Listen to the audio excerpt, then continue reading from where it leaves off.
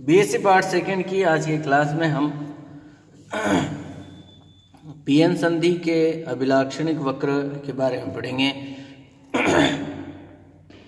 PN संधि के अभिलाक्षणिक वक्र, जब पीएन संधि के लिए धारा व वोल्टता के मध्य ग्राफ बनाते हैं तो प्राप्त वक्र को अभिलाक्षणिक वक्र कहते हैं, जो निम्न दो प्रकार के होते हैं। सबसे फर्स्ट लेते हैं हम अग्र अभिलाक्षणिक वक्र। अग्र धारा IF यानी कि फॉरवर्ड जो करंट है IF के रूप में लिया गया है और अग्र वोल्टता VF के रूप में ली गई है। तो IF तथा VF के मध्य बनने वाले अभिलाक्षणिक वक्र को अग्र अभिलाक्षणिक वक्र कहते हैं। जब अग्र वोल्टता के मान में वृद्धि होती है तब धारा बहुसंख्यक आवेशवाहकों के कारण प्रवाहित होने से उसके मान में चरघातांकी रूप से वृद्धि होती है। नंबर 2 लेते हैं हम पश्च अभिलाक्षणिक वक्र। पश्च धारा IR व पश्च वोल्टता VR के मध्य बनने वाले अभिलाक्षणिक वक्र को पश्च अभिलाक्षणिक वक्र कहते हैं।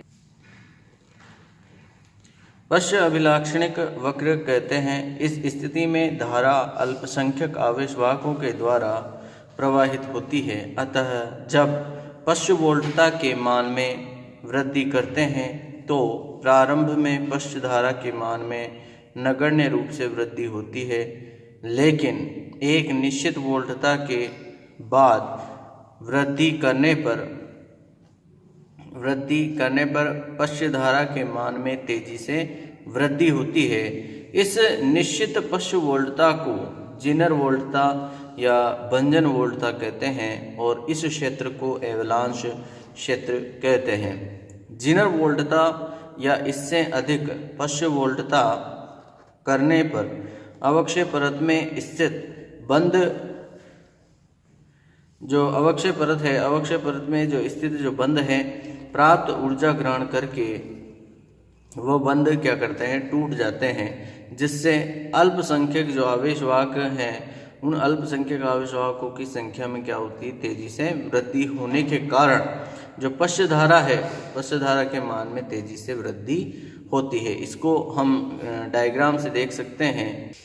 ये इस तरह से हमने अग्र धारा और अग्र वोल्टता के मध्य जब वक्र लेते हैं तो वो जो है अग्र धारा है वोल्टता बढ़ाने के साथ साथ चरघातांकी रूप से बढ़ती है, लेकिन जब हम पश्च वोल्टता को जो पश्च धारा के साथ ग्राफ लेते हैं तो हम देखते हैं कि कुछ समय तक तो जो है पश्च धारा पश्च वोल्टता के साथ धीरे धीरे वृद्धि करती है, लेकिन जो ये जीनर वोल्टता है इसे जीनर वोल्टता कहते हैं, जीनर भंजन कहते हैं।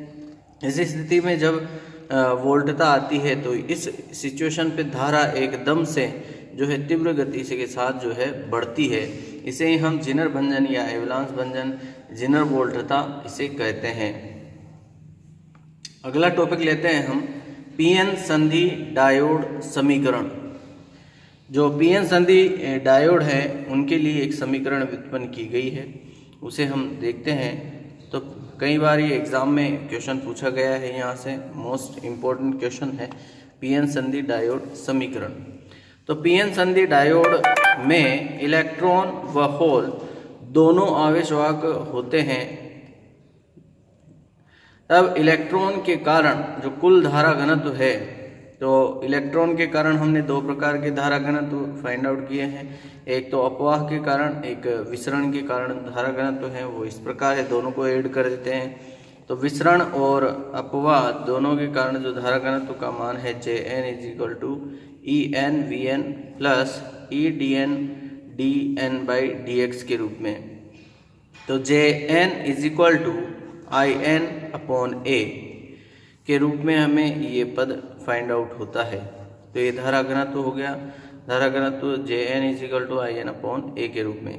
तो यहाँ से धारा की बात करें तो IN बराबर ये हो जाएगी Jn × A के रूप में, यानी कि धारा घनत्व और जो अनुप्रस्थ काट क्षेत्रफल है उनके गुणनफल के बराबर। तो ए को जो है हम यहाँ इस पद में जे एन की वैल्यू इस इक्वेशन से रखते हैं, तो धारा घनत्व से रखेंगे जे एन की वैल्यू, तो I N is equal to, यहाँ से हमने जे एन की वैल्यू यहाँ रख दी और ए से मल्टीप्लाई कर दिया, तो ये इक्वेशन हमें इस तरह से यहाँ फाइंड आउट होती है। अब जब जो इलेक्ट्रोड है, तो इलेक्ट्रोड को हम खुले परिपथ में रखते हैं, तो जब इलेक्ट्रोडों को खुले परिपथ में रखेंगे तो धारा, जो इलेक्ट्रॉनों के कारण जो धारा है वो क्या हो जाएगी, टोटल धारा का मान कितना हो जाएगा, 0।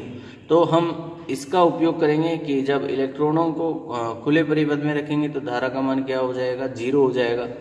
तो इस पूरे इक्वेशन को हम 0 के तुल्य करते हैं, तो E N V N A plus E D N A D N by D X is equal to क्या होगा, 0 हमें फाइंड आउट होता है।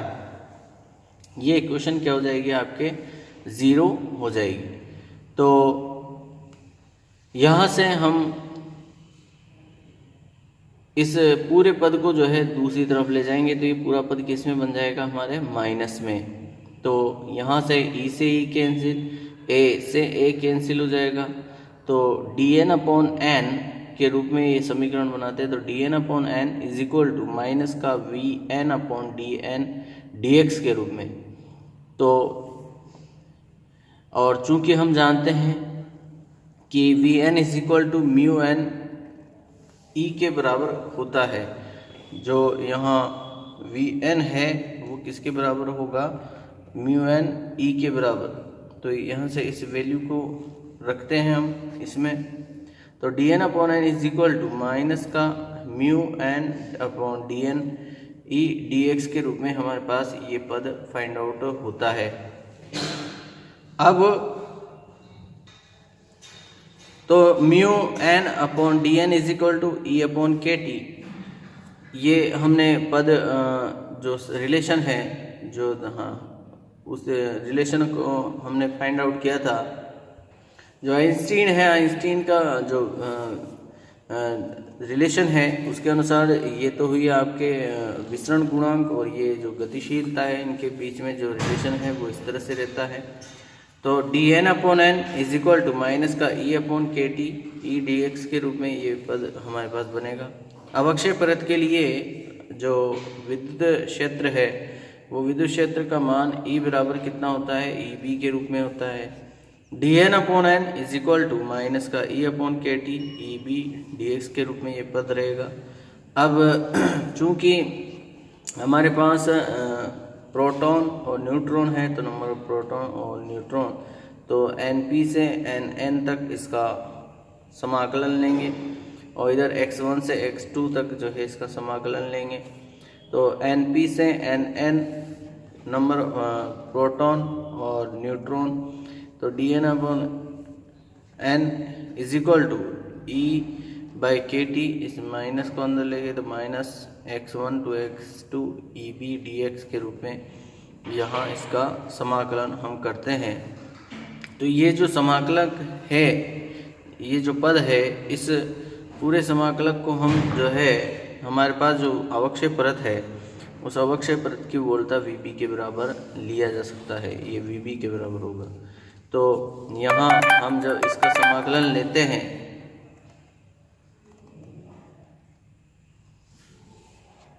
तो log n 1 अपॉन एन का समाकलन क्या हो जाएगा, log n एन पी से N N is equal to E V B upon K T के रूप में ये समाकलन इस हमें फाइंड आउट होता है। इसको आगे हम सोल्व करते हैं, तो सोल्व करने पर यहाँ log की प्रॉपर्टी का उपयोग करेंगे, तो log N N minus log N P is equal to E V B upon K T के रूप में यहाँ ये हमें फाइंड आउट हो जाता है। log यहाँ माइनस है, तो log इसको हम N N upon N P के रूप में लिख सकते हैं, E V B upon K T के रूप में ये पद आ जाएगा।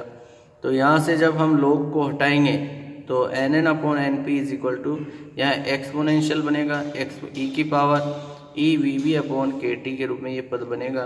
तो एन पी की यदि हम यहाँ से वैल्यू निकालें तो N P is equal to N N ई की power minus E V B upon K T के रूप में ये पद हमें यहाँ फाइंड आउट होता है।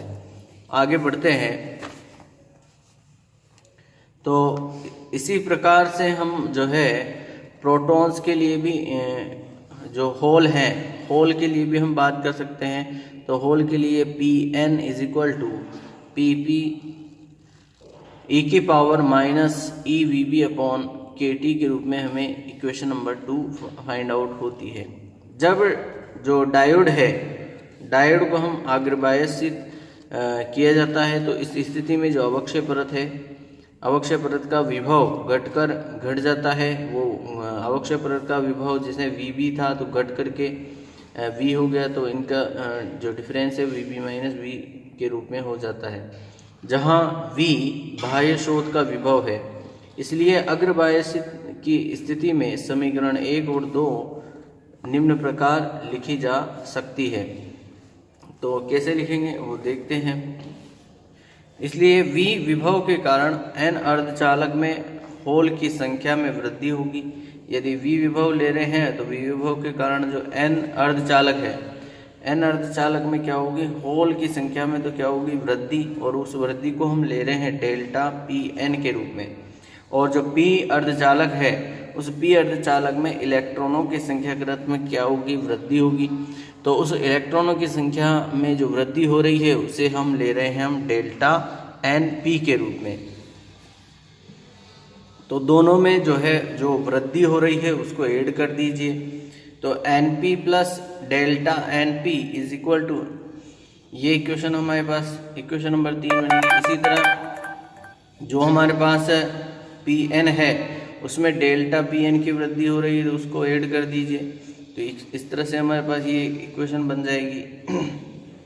केवल और केवल क्या करना है हमें, जो VB ले रहे थे वहाँ विभव के मान में क्या हो जाएगी, विभव उसका घट जाएगा, VB माइनस V हो जाएगा और VB माइनस V दोनों जगह क्या हो जाएगा, VB। और यहाँ जो होल है उसकी संख्या में वृद्धि होगी और इधर जो P अर्धचालक है उसमें इलेक्ट्रॉनों की संख्या घनत्व में क्या हो जाएगी, वृद्धि हो जाती है। तो इस तरह से जो है हमने इस इक्वेशन को बनाया। अब जो इक्वेशन नंबर 3 है, इस इक्वेशन नंबर 3 में से तो इक्वेशन नंबर 1 को हम माइनस करेंगे।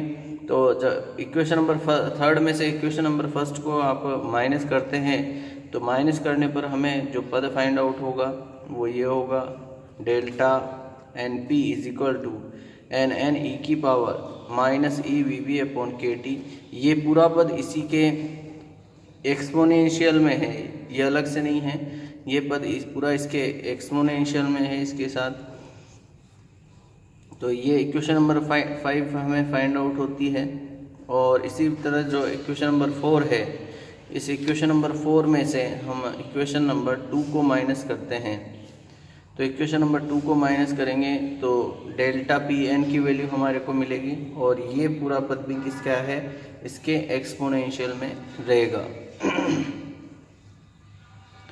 N भाग में अंतःक्षेपण द्वारा धारा का होल घटक जो हमें फाइंड आउट होगा वो होगा डेल्टा Ip के रूप में।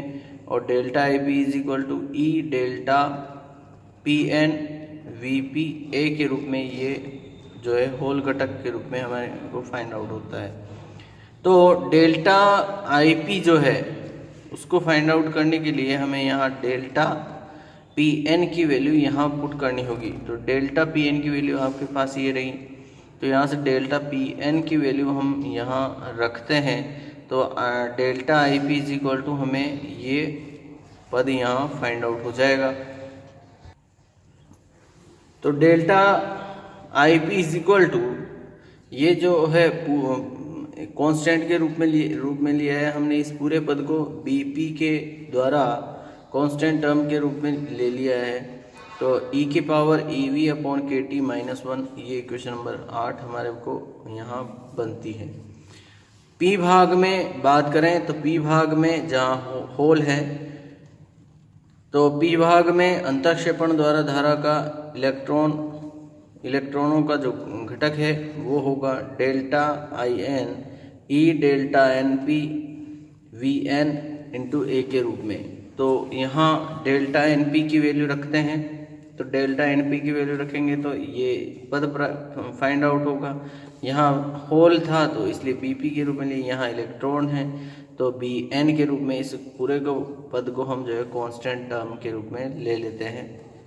तो ये पूरा कांस्टेंट टर्म यहाँ से बन जाएगा बी एन के रूप में, ये पूरी कांस्टेंट टर्म हो गई हमारे पास।